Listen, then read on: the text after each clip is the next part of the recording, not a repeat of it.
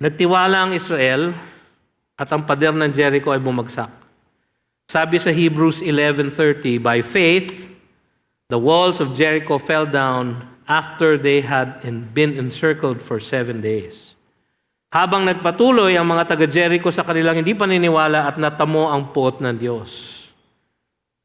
Sila ay kerem, devoted to destruction. Isa lamang ang naligtas, si Rahab. Isang tao na hindi karapat-dapat maligtas ayon sa marami, sapagkat siya ay prostitute. Siya po ay talipandas, outcast ng lipunan. Hindi siya dapat maligtas, pero siya ang naligtas. Isang napakagandang larawan para sa ating lahat na walang malayo sa pagliligtas ng Diyos. Walang hindi pwedeng maligtas kung tayo ay lalapit sa Kanya.